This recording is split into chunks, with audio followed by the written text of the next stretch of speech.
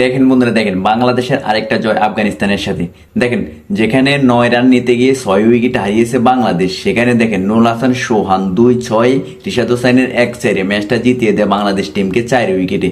আসলে ভাই বুঝতে পারতাছি না, দেখেন আমাদের 9 রান, 109 রানের জায়গায় দেখেন 6টা উইকেট পড়ে গেছে। সেখানে দেখেন নুরুল হাসান সোহান এবং রিশাদ হোসেন নামছে পিজে। দেখেন সেখানে নুরুল হাসান সোহান 2 ছক্কা 1-4 মারছে রিশাদে, সেখানে ম্যাচটা জিতিয়ে দিছে বাংলাদেশ টিমকে। আসলে ভাই বুঝতে পারতাছি না, যেখানে 9 রান নিতে গিয়ে বাংলাদেশ 6 উইকেট পড়ে যায়, সেখানে আমাদের মিডল অর্ডারের ব্যাটসম্যানরা কিছু করতে পারে না।